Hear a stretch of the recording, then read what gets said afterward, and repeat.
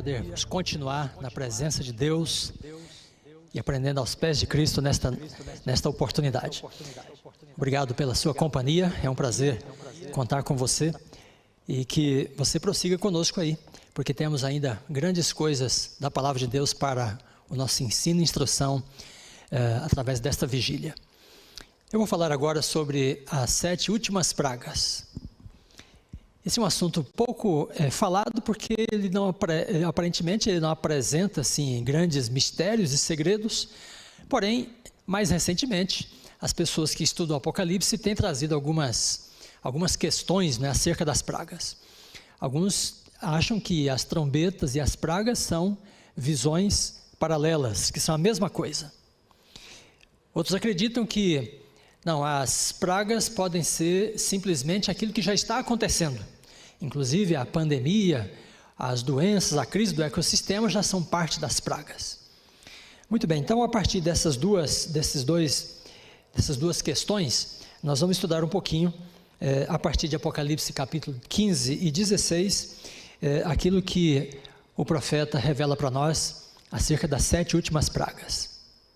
Então inicialmente eu quero compartilhar com você este dado de interpretação do Apocalipse. Há diversas escolas de intérpretes e há os chamados preteristas, aqueles que veem todos os relatos proféticos como se fossem apenas acontecimentos do tempo do profeta, dados em uma linguagem simbólica e poética. E aos futuristas, aqueles que acham que tudo que o profeta falou se refere ao fim dos tempos, ao momento imediato do estabelecimento do reino de Deus, a segunda vinda de Cristo. Então, os futuristas entendem que as pragas do Apocalipse, assim como todo o livro do Apocalipse, diz respeito somente à última geração. E daí há uma outra versão deste chamado futurismo, e que tem atraído a atenção também de alguns adventistas do sétimo dia. Digo os adventistas porque estes são estudiosos das profecias já desde o surgimento, né, deste movimento, desta igreja. Então os adventistas sempre entenderam o Apocalipse a partir da perspectiva historicista, nem preterista, tudo no passado, nem tudo no futuro, mas a profecia como sendo uma antecipação dos grandes acontecimentos da história da salvação. Então as profecias cumprindo-se ao longo da história. Pois bem, então os futuristas, e para esta versão, né, alguns adventistas também se sentem atraídos, os futuristas dividem o Apocalipse em dois blocos de visões. Então eles dizem, dos capítulos 1 a 3, então João dá algumas profecias relativas ao período da história, as 7 igrejas, cobrindo toda a história. Mas eles entendem, quando chega ao capítulo 4, e ele diz, venha e eu vou te mostrar as coisas que vão acontecer depois destas, então aí para eles estaria começando, né, a sessão escatológica final do livro do Apocalipse. Então desta forma, os futuristas entendem que do capítulo 4 para frente, aí tudo que está no Apocalipse diz respeito à última geração. Então esses futuristas entendem, por exemplo, que os selos e as trombetas são sucessivos ou consecutivos. Então todos os selos ocorrem, em seguida começam as 7 trombetas, que correspondem com as 7 pragas. Eles entendem também que as trombetas e as pragas, né, são um mesmo evento e quase tudo que está descrito aí ocorrerá de forma literal. Então, por exemplo, a 5ª trombeta tratando dos gafanhotos, né, então esses futuristas entendem que eles serão gafanhotos literais. Que aquilo que está revelado nos selos também são acontecimentos literais dos últimos dias. Muito bem, embora algumas pessoas tenham se sentido atraídas, né, recentemente por esta compreensão, por esta visão do Apocalipse, ela naturalmente não tem muita base e sustentação quando nós consideramos a estrutura, o desenho do livro do Apocalipse. Eu quero então chamar a sua atenção nesse momento para este chamado desenho, a estrutura, né, do livro do Apocalipse. Você eventualmente pode ler o livro e ter a impressão de que ali é um amontoado de coisas, né, quase que uma coxa de retalhos em que João começa a falar de uma visão, ele entra com determinados recortes no meio daquela visão E aí as visões vão se amontoando, como se elas não tivessem uma lógica, né? uma sequência entre elas. Então isso não é o caso. De fato, os grandes especialistas dizem que o Apocalipse deve ser o livro, né, cuja estrutura é mais criteriosa de toda a Bíblia. E eu quero mostrar então para você este quadro, que está na nossa tela. E esse quadro mostra para nós que o Apocalipse pode ser dividido em 7 conjuntos de visões, sendo que cada um dos 7 conjuntos tem 7 elementos. Então tem as 7 igrejas, depois os 7 selos, 7 trombetas. Aí nos capítulos 12 a 14 nós temos 7 sinais, depois as 7 pragas, depois tem 7 juízos e por fim as 7 maravilhas da Nova Jerusalém, do novo céu e da nova terra.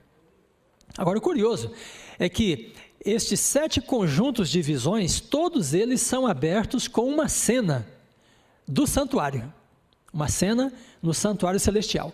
Então, por exemplo, se você vai ao primeiro conjunto das 7 igrejas, então João, antes de falar sobre as igrejas, ele vê Jesus no lugar santo do santuário, e Jesus está caminhando entre os 7 candeeiros, e daí ele mesmo diz que os candeeiros são as 7 igrejas. Então esta pequena visão do santuário, que está no capítulo 1, a partir do versículo 10 até o 20, ela dá uma introdução, uma abertura para a visão das igrejas. E ela antecipa o significado, porque se os candeeiros são as igrejas e Jesus caminha entre eles, né, isso significa que ele tem uma intimidade, uma proximidade com a igreja ao longo da sua jornada através da história. Depois, o segundo bloco, então, os 7 selos. Esse bloco é antecedido pelas visões dos capítulos 4 e 5, que trata com a entronização de Cristo também no santuário celestial. Depois nós temos a visão do sacerdote que se coloca junto ao altar do incenso e recebe o incenso para proceder à intercessão. Então, esta visão que está no capítulo 8, versículos 2 até o 5, dá então a abertura, né, ao conjunto das 7 trombetas. Bem, ao observarmos este conjunto, então uma coisa chama bastante a nossa atenção, é que estas cenas do santuário mostram a progressão da obra de Cristo no santuário celestial. Então, inicialmente ele é visto no lugar santo, depois ele é visto na cerimônia de intronização e oficialização do ministério dele no santuário, e aí a cena do capítulo 8, então, mostra o sacerdote, que é o próprio Cristo, posicionado junto ao altar do incenso para realizar a intercessão, ou a mediação, pelas orações de todos os santos.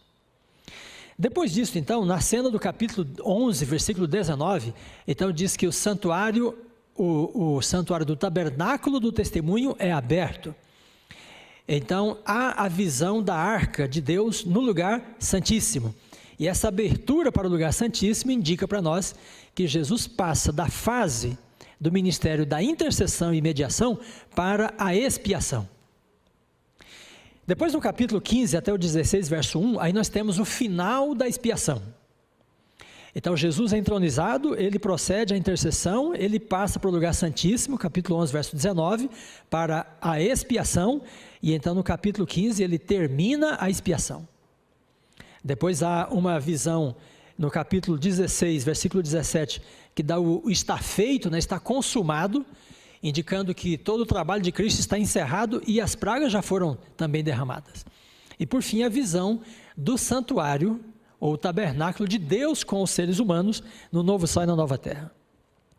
Muito bem, o objetivo de mostrar para você essa sequência da obra de Cristo no santuário, é que esta sequência nos previne, né, de tomar as visões do Apocalipse de forma desorganizada. Então elas organizam, elas dão uma lógica, uma sequência para as visões do Apocalipse. De forma que, por exemplo, se você toma o conjunto das 7 trombetas, que é precedido, né, pela visão de Jesus junto ao altar do incenso, no lugar santo, você não pode dizer que as trombetas são para o tempo do fim, porque a visão mostra que Jesus está exatamente começando a intercessão. E as trombetas seguem ao início da intercessão, quando ele subiu para o céu após a ressurreição. Quando nós vamos para as pragas, no capítulo 16, o relato das pragas é precedido pela visão da finalização da expiação. Então você não pode também dizer que as pragas são durante a história, porque elas seguem ao momento, né, em que Jesus termina o seu ministério da expiação no santuário celestial.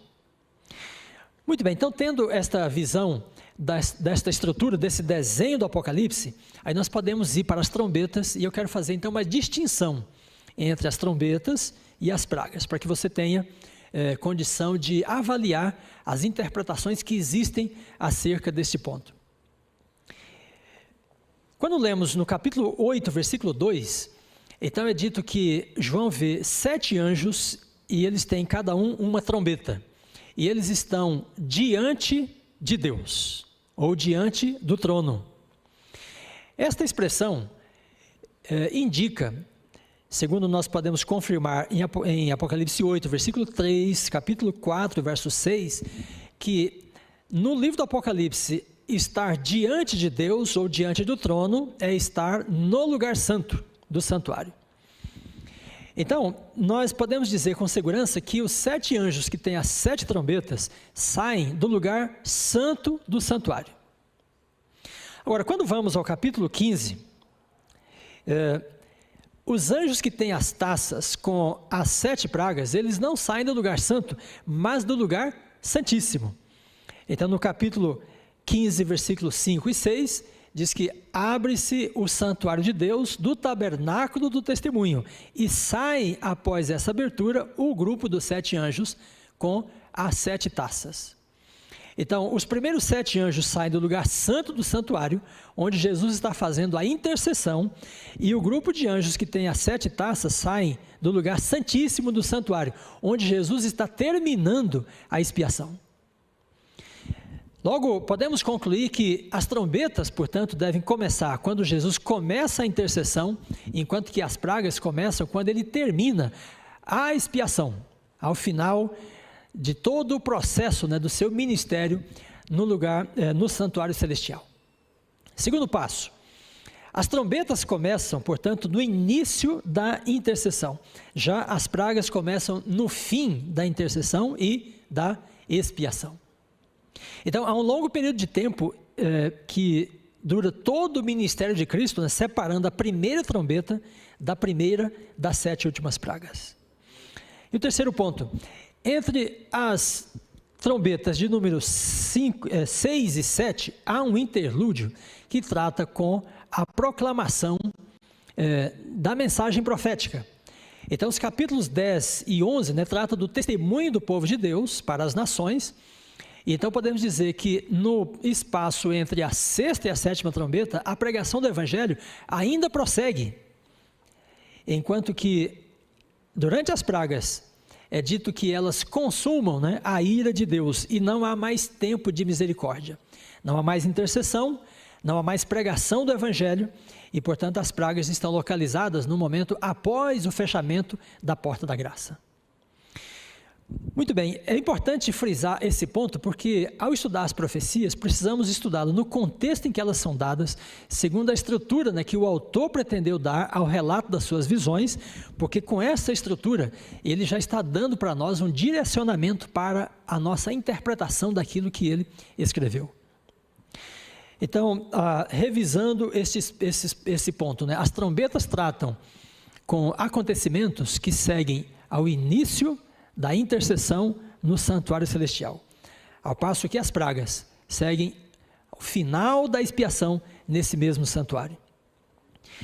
Agora, é importante observar que tanto as trombetas quanto as pragas são juízos, são medidas que Deus toma para punir aqueles que perseguem seu povo ou aqueles que escolheram, né, um lado contrário a sua palavra, a revelação de seu plano de salvação.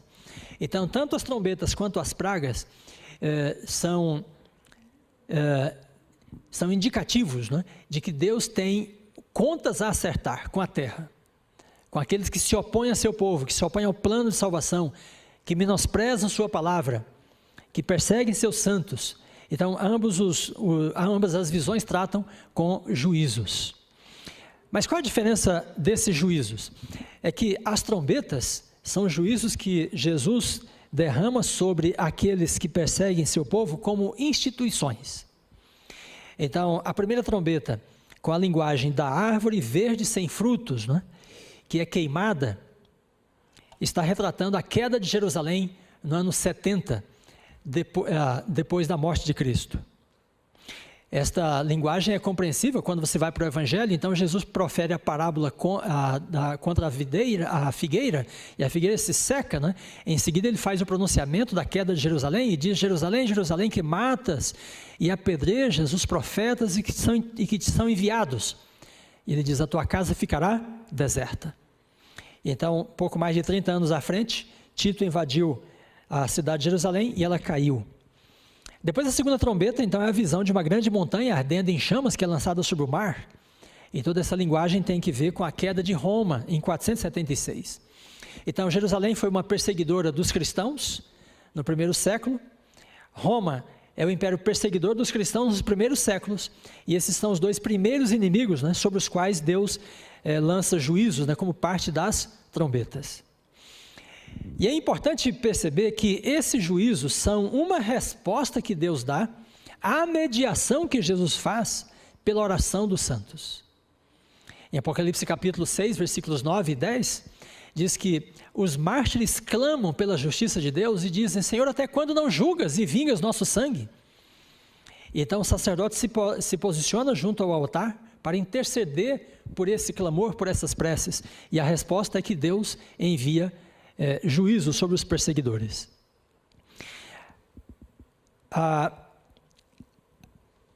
comunidade do povo de Deus também foi perseguida, né, pela própria igreja cristã. Então, durante todo o período da Idade Média, nós já vimos aqui em algumas das palestras desta vigília, a igreja tornou-se um poder perseguidor. Substituiu o Império Romano, né, no papel que ele exercia. E, portanto, sobre essa igreja, sobre a cristandade também, há duas trombetas que a atingem. Então, as fontes das águas se tornam amargas na terceira trombeta, indicando a paganização do clero, né, desta instituição religiosa.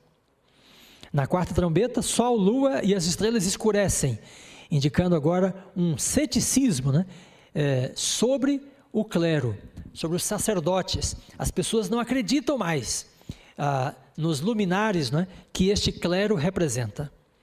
Depois o poço do abismo é aberto, e aí o mundo moderno então agora é atingido por forças demoníacas, representadas pelos gafanhotos, e depois pela cavalaria liderada por Abaddon ou Apolion. Curioso dessa visão em que o abismo é aberto, é que no Apocalipse o abismo é lugar de confinamento, é lugar em que Deus está restringindo as forças destruidoras. E quando nós lemos em Judas, no versículo 6, então ele diz que os anjos que caíram, não guardaram a fidelidade a Deus, foram colocados em prisões, esperando o momento de seu julgamento. Então todo o desejo dos demônios é destruir, é enganar as pessoas, é desviá-las do caminho certo, mas o Espírito Santo contém, segura essas forças. Mas a quinta trombeta mostra o momento em que o abismo é aberto, e essas forças então irrompem com força, com poder, né, para executar a sua obra de destruição. Muito bem, dessa perspectiva, então nós podemos dizer que as trombetas são juízos de Deus ao longo da história, ao passo que as pragas são juízos previstos para o final da história. Mas em ambos os casos, aqueles que se opõem a Deus e aqueles que o servem são atingidos por esses juízos. Muito bem, eu quero mostrar para você que Ellen White fala dos últimos dias, né? E ela acentua uma expressão que eu quero destacar para você nesse momento no livro O Grande Conflito, páginas 561, 562. Ela não está falando das trombetas, mas de um fenômeno do espiritualismo dos últimos dias. E quando a gente compreende que a abertura do abismo pode ser a soltura, né, a liberação dessas forças demoníacas, esta citação do livro Grande Conflito se torna bastante interessante, porque ela diz assim: Satanás tem há muito estado a preparar-se para um esforço final, a fim de enganar o mundo. Pouco a pouco ele tem preparado o caminho para a sua obra mestra do engano, o desenvolvimento do espiritismo. E daí ela diz: com exceção dos que são guardados pelo poder de Deus e pela fé em sua palavra, o mundo todo será envolvido por esse engano. Então veja, aqui ela está dizendo que é o desejo dele, né, enganar o mundo inteiro, mas ele tem sido freado nesse seu empreendimento. Mas há um momento em que Deus vai liberar o espaço e ele terá a condição de enganar as pessoas, como foi seu plano sempre. Então esta visão, né, dos gafanhotos que saem e depois a grande cavalaria, e deu o poder delas, tanto da cavalaria quanto da cavalaria dos gafanhotos, né, está na sua cauda. E é interessante que a cauda no Apocalipse é claramente um símbolo, uma metáfora para o engano, porque diz que o dragão arrasta com a sua cauda a terça parte dos anjos. Ou seja, com a sua campanha contra o governo de Deus, ele trouxe para o seu lado, né, uma terça parte dos anjos. Em Apocalipse 12, representados como as estrelas. Então os gafanhotos e a cavalaria de Apolion, né, aqui como um símbolo dos demônios, serão liberados como uma espécie de juízo, Deus entregando, né, o mundo descrente para, por fim, acreditarem em doutrinas de demônios. E Paulo fala disso em 1 Timóteo capítulo 4, né, que nos últimos dias as pessoas darão ouvidos a doutrinas de demônios, porque eles estarão soltos, né, sem o impedimento do Espírito para operar a sua obra de engano. Muito bem, amigos, então, olhando para o quadro do desenho do Apocalipse, nós podemos dizer que as trombetas são juízos de Deus ao longo da história, são juízos sobrenaturais, é a mão de Deus que está sobre esses acontecimentos, desde a queda de Jerusalém, queda de Roma, os problemas que a cristandade enfrentou durante a Idade Média, a perda da identidade cristã, a perda da palavra de Deus, e depois essa liberação das forças demoníacas, são todos eventos, né, controlados por aquele que governa os acontecimentos deste mundo. Mas ao mesmo tempo podemos dizer que outros juízos mais universais, mais definitivos, né, aguardam este mundo, e eles estão antecipados na visão das 7 últimas pragas. Então eu gostaria de fazer alguns comentários para dizer em que consistem essas pragas e o que elas vão fazer com este planeta. Mas inicialmente eu quero dizer para você que as pragas não têm nada a ver com os fenômenos do ecossistema, os acidentes naturais, as epidemias e pandemias, estas não são as pragas. As pragas são fenômenos sobrenaturais, enviados diretamente pelos anjos comissionados por Deus. E elas atingirão um grupo de pessoas específico. Muito bem, o primeiro ponto que nos chama a atenção em relação às 7 pragas em Apocalipse 15 e 16 é que há uma ampla referência ao Êxodo, aqui no relato das pragas. Por exemplo, inicialmente no capítulo 15, então João tem uma visão, ele diz que vê os vencedores da besta e da sua imagem e do número do seu nome em pé sobre o mar de vidro, mesclado com fogo. Esta descrição que ele faz, né, do mar de vidro mesclado com fogo e os vencedores da besta aí sobre esse mar, né, é uma grande plataforma, cantando o cântico de Moisés, então faz uma referência direta à passagem do povo de Israel através do Mar Vermelho e a queda dos egípcios debaixo das mesmas águas. As águas se abriram para que o povo de Deus passasse e elas se fecharam sobre os seus inimigos. Então, ao iniciar o capítulo 15, o profeta direciona a nossa atenção, né, para esse pano de fundo do Êxodo, considerando que ele é essencial para nós entendermos o que vai acontecer no contexto das pragas. Segundo ponto, o cântico de Moisés, né, que está em Êxodo, logo após a passagem pelo Mar Vermelho, é uma celebração pelos feitos de Deus em termos de livrar seu povo e, ao mesmo tempo, abater seus inimigos. Ora, esse é exatamente o contexto das pragas em Apocalipse 15 e 16, porque o povo de Deus é vindicado, é protegido, é guardado, é preservado, aqueles que têm o selo de Deus, enquanto que aqueles que têm a marca da besta, esses são atingidos pelas pragas e perecem debaixo dos juízos de Deus. O capítulo 15 mostra essa abertura, né, do santuário e diz que abriu-se o santuário de Deus, onde está o tabernáculo do testemunho, a morada do testemunho. Essa é uma expressão para a arca da aliança. E a aliança é feita com Israel logo após o êxodo no Monte Sinai. E Deus entrega as tábuas da lei, que são guardadas depois dentro da arca da aliança. Então são várias referências, né, e aqui no relato das pragas ao evento do Êxodo. E isto é proposital, é essencial, porque nós não podemos enfrentar, não podemos encarar o momento desses juízos de Deus nas pragas, a não ser que nós estejamos bastante firmados, né, na promessa e no pacto que Deus tem com o seu povo, assim como ele manteve com o povo de Israel quando saía do Egito. No capítulo 16, João ainda diz que ele vê 3 demônios, operadores de sinais, e ele diz, eles são semelhantes a rãs.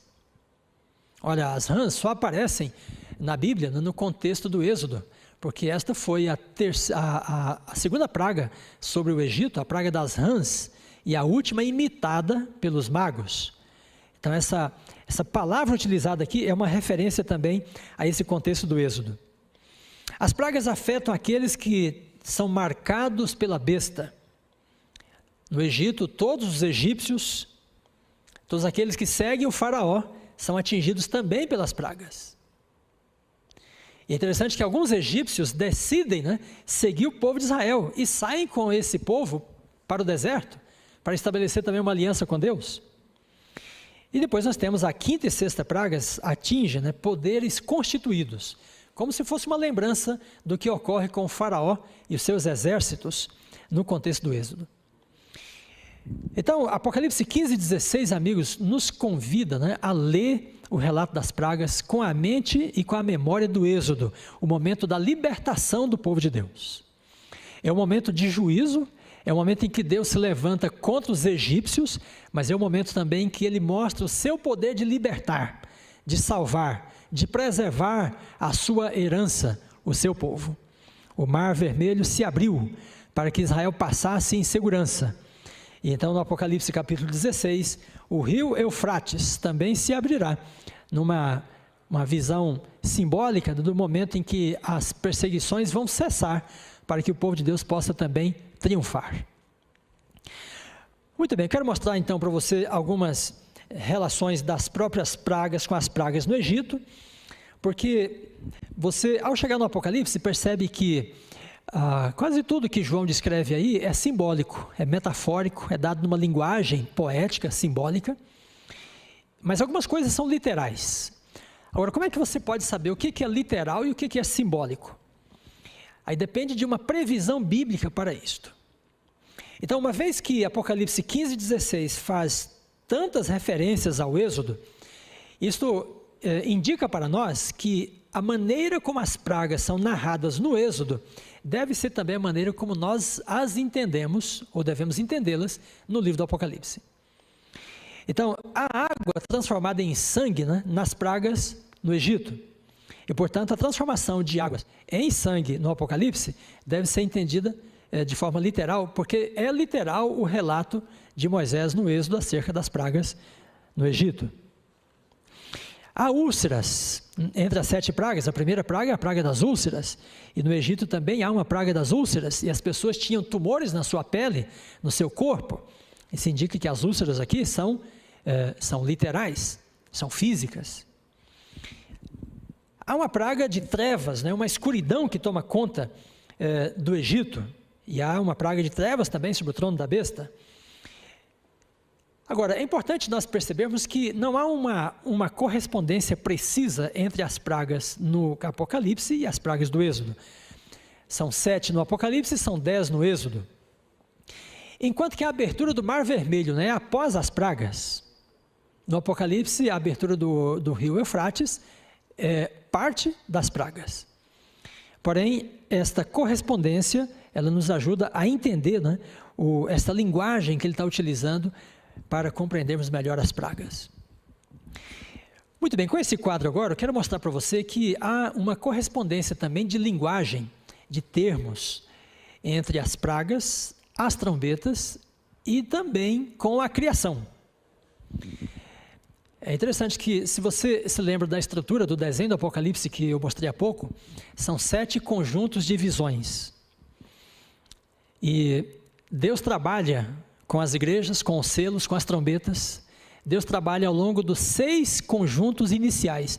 Mas no 7º conjunto, que trata com a Nova Jerusalém, o novo céu e a nova terra, não há mais trabalho a ser feito. e Deus entra para o descanso com a sua criação restaurada. Essa estrutura do Apocalipse tem tudo a ver, né, com a narrativa da criação, porque Deus trabalha no domingo, na segunda, na terça, na quarta, na quinta e na sexta, e faz todo o seu trabalho. E no sábado, ele entra para o descanso com a sua criação, recém-formada. Então, quando o Apocalipse usa essa numeração, e chama então o primeiro selo, o segundo selo, a primeira trombeta, a segunda trombeta, o primeiro anjo, a primeira praga, a segunda praga. Então, essa numeração é para fazer você se lembrar do relato da criação, porque este relato vai ajudar você a entender melhor a visão das pragas. Então, veja, a primeira taça é derramada sobre a terra, a segunda sobre o mar, a terceira sobre as fontes das águas, a quarta sobre o sol. Então, esses são elementos, né, dos primeiros dias da criação, dos primeiros 4 dias. É como se, com essa linguagem, né, João quisesse indicar para nós que o que Deus vai fazer com as pragas deve ser entendido como sendo a reversão do que ele fez no relato da criação. Então, nós temos no relato da criação uma ordenação do caos. E Deus cria, Deus forma, Deus estabelece, né, as condições de vida. E ao contrário disso, quando nós olhamos para o relato das pragas, então tudo aquilo que estava ordenado será trazido à condição de caos novamente, porque o juízo de Deus vai operar uma reversão do processo criativo. Então Deus cria a luz, Ele estabelece os céus, o mar e a terra, e as fontes das águas, a vegetação, criando as condições de vida. Porém, nas pragas, essas condições são subvertidas, e não haverá mais condição de vida na terra após as pragas. Nós podemos dizer também que com as 4 primeiras pragas, as pessoas, né, são atingidas. Com as úlceras, com o mar que se torna em sangue, as fontes que se tornam em sangue e o sol que se superaquece. Mas depois, com a 5ª e 6ª pragas, então, as instituições são atingidas. Que instituições? Trevas sobre o trono da besta. A besta é a estrutura do poder político, empregada na crise final contra o remanescente de Deus. Nós falamos aqui que o poder político é representado através da imagem da besta, mas depois, ao longo do Apocalipse, várias referências à besta. Agora, dentro das pragas, há uma referência à besta e uma referência também à Babilônia, com a imagem do rio Eufrates. Depois, a Babilônia, no capítulo 17, é o poder religioso, representado na figura da meretriz, da mulher, e a mulher está montada sobre a besta. Então, esses 2 símbolos no capítulo 17 estão retomando, né, os 2 elementos atingidos pela 5ª e a 6ª pragas. Então, é possível que as trevas no trono da besta seja uma praga, né, um juízo que Deus vai enviar sobre as estruturas do poder político do mundo, que deram sustentação à religião perversa em perseguir o remanescente de Deus. Então, o poder do império será subvertido, será derrubado no contexto desta praga. Estou dizendo é possível que seja isto, porque algumas coisas no Apocalipse nós estamos apenas tateando, né, com a ponta dos nossos dedos. Mas uma vez que a besta representa essa estrutura política e a meretriz, a Babilônia, é a estrutura religiosa, então uma praga é lançada sobre a besta, a primeira estrutura, e a segunda praga então é lançada sobre a estrutura do poder religioso. Ambas são atingidas, né? São golpeadas por esses juízos divinos, porque são os 2 poderes que se juntaram para perseguir e molestar os servos de Deus. Muito bem, esta é uma visão geral, então quis mostrar para você qual é a diferença das pragas em relação às trombetas. E eu quis mostrar também para você em que pode consistir estas pragas. E na relação deste relato com o Êxodo, nós somos levados a entender que as pragas são, pelo menos na sua maioria, literais e vão atingir as pessoas individualmente, como as pragas atingiram os egípcios no passado.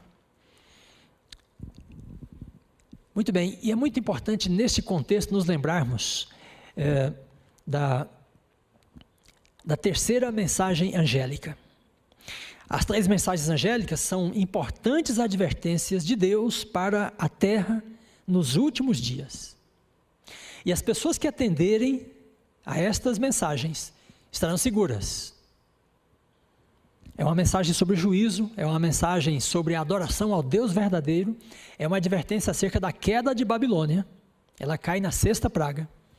E a 3ª mensagem diz assim: se alguém adora a besta e a sua imagem, e recebe a sua marca sobre a sua fronte ou sobre a sua mão, também esse beberá do vinho da cólera de Deus, preparado sem mistura no cálice da sua ira, e será atormentado com fogo e enxofre diante dos santos anjos e na presença do Cordeiro.